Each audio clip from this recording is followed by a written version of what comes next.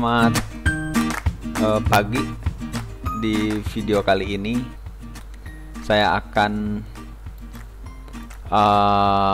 membuat video bertemakan dengan bagaimana cara sistem operasi Linux yang kita punya bisa terhubung dengan internet. Sebelumnya saya ingin menyampaikan kepada kalian bahwa ketika server Linux terhubung ke internet itu ada berbagai fungsi yang kita dapat ya. Yang pertama, kita bisa download paket aplikasi secara online.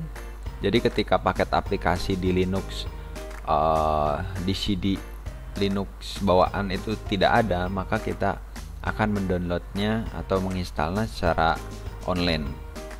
Yang pertama itu. Yang kedua, ketika server kita ingin diakses dari luar dimanapun berada, itu sangat penting kita menghubungkan server kita ke internet.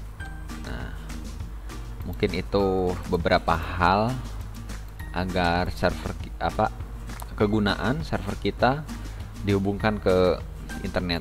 Nah, di sini dan pada kesempatan kali ini saya akan membahas langkah-langkah gimana sih caranya untuk menghubungkannya. Oke. Hal yang pertama kita persiapkan yaitu sistem operasi Linux ya, baik yang sudah diinstal di PC kalian ataupun menggunakan virtual.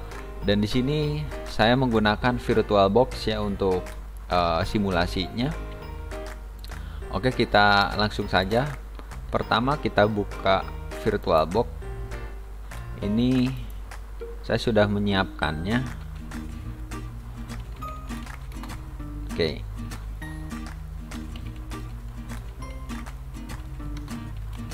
Kita logout terlebih dahulu ya.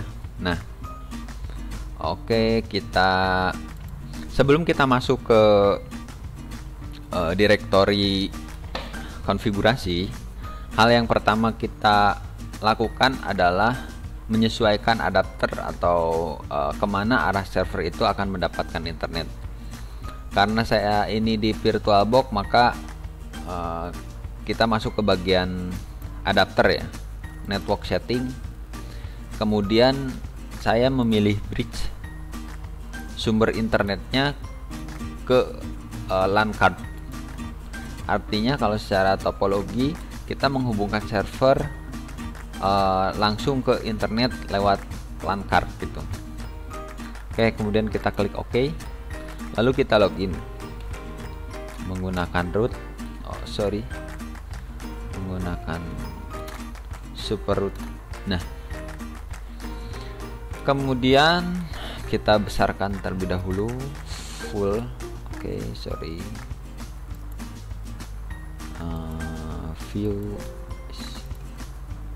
View-nya kita besarkan agar full. Nah, oke.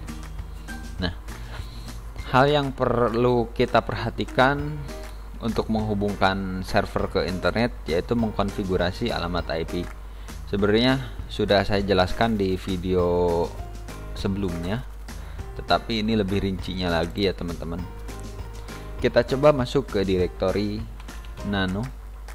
Aku menggunakan edit perintah nano, kemudian etc, lalu network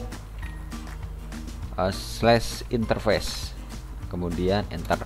Nah, pada bagian folder network interface itu ada untuk defaultnya seperti ini. Maka kita langsung konfigurasi saja. Di atas ini terdapat perintah auto LO. Nah, kita tinggal ikutin saja. Ketika ingin menambahkan IP address baru, auto LO nya diganti sesuai adapter yang ada di PC kita.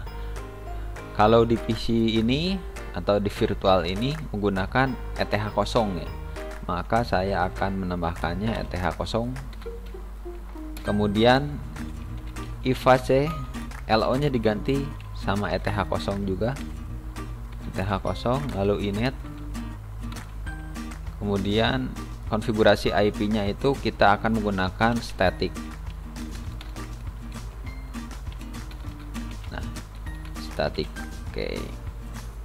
Lalu setelah mengetikkan perintah ini, kita langsung menggunakan perintah address untuk menambahkan IP. Nah, untuk alamat IP address ini kita sesuaikan menggunakan IP yang telah diberikan router atau ISP, teman-teman. Kemudian netmasknya saya pakai /24 0. Lalu untuk gateway-nya menggunakan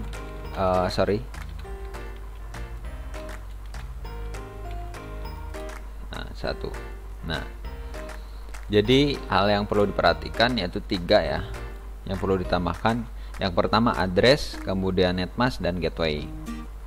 Oke, setelah kita menambahkan ini, maka kita save menggunakan perintah Ctrl X, kemudian Y, lalu enter. Nah, artinya IP address sudah ditambahkan. Untuk memastikannya lagi atau untuk memfixkannya lagi IP itu sudah ditambah, kita restart pada bagian aplikasi network ya, dengan cara perintah etc init networking restart, kemudian enter. Nah, kita tunggu hingga proses restart networkingnya selesai. Setelah muncul informasi oke atau restartnya itu selesai, maka kita pastikan IP address itu sudah tertanam di PC atau di sistem operasi ini dengan cara mengetikkan perintah if config kemudian enter. Nah, di sini terdapat keterangan di ETH0 bahwa IP 22.1.9.30. Artinya masih tetap DHCP, nerima DHCP ini. Kita off kan ya teman-teman, ada yang lupa kita off kan. Network interface. Nah, di sini saya lupa mengoff-kannya. Harusnya di sini itu dikasih tanda pagar teman-teman, agar untuk DHCP-nya tidak nerima. Nah, artinya tanda pagar ini perintah di sini tidak dieksekusi ya. Lalu kita save, kemudian tekan ya, enter. Kemudian kita restart kembali. Setiap kita mengkonfigurasi apapun itu perlu di restart. Restart, kemudian enter. Nunggu sampai ada tulisan oke. Lalu kita cek IP-nya kembali, if config. Nah, di sini untuk IP statiknya sudah kita atur menjadi 2260 ya. 2260, kemudian broadcastnya dapat 22255, lalu netmasknya sesuai yang kita isi tadi. Untuk memastikannya lagi, kita coba ping ke alamat IP yang sudah kita setting, 22.60, kemudian enter. Jika responnya seperti ini, maka artinya IP yang kita tambahkan sudah tertanam di server Linux tersebut.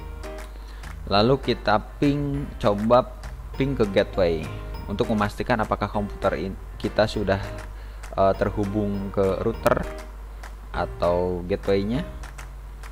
Kita ping ke 192.168.22.1. Nah, ke gateway-nya pun responnya sudah seperti ini, artinya PC atau sistem operasi ini sudah terhubung ke router jaringan lokal ya teman-teman. Nah, apakah komputer ini sudah terhubung ke internet? Jawabannya belum, karena kita belum menambahkan yang namanya DNS untuk menghubungkan jaringan kita atau komputer kita ke internet. Tidak cukup gateway saja, tetapi alangkah baiknya DNS juga ditambahkan. Untuk menambahkan DNS, kita pergi ke direktori nano, kemudian etc resolve.conf. Nah, di sini terdapat name server ya teman-teman. Dan kebetulan name servernya juga sudah mengarah ke Google. Di sini name servernya kalian bisa tambahkan sesuai name server Google atau name server atau DNS lokal. Biasanya saya juga menambahkan DNS untuk lokalnya ya teman-teman, ke gateway. Tergantung konfigurasi routernya, apakah menyediakan untuk DNS lokalnya atau tidak. Nah, di sini server yang pertama itu ke 111 DNS Google, kemudian name server yang ketiga ke DNS Google 888. Ketika sudah dipastikan atau sudah ditambahkan, maka kita save saja dengan cara Ctrl X kemudian Y, kemudian enter. Y. Oke. Artinya DNS sudah ditambahkan. Untuk memastikannya lagi, kita coba ngeping ke Google dengan cara perintah ping www.google.com atau Google, kemudian enter. Nah, jika responnya seperti ini, maka komputer atau sistem operasi Linux kita sudah terhubung atau terkoneksi ke jaringan internet. Tidak hanya Google, kita bisa mengetes ping ke YouTube,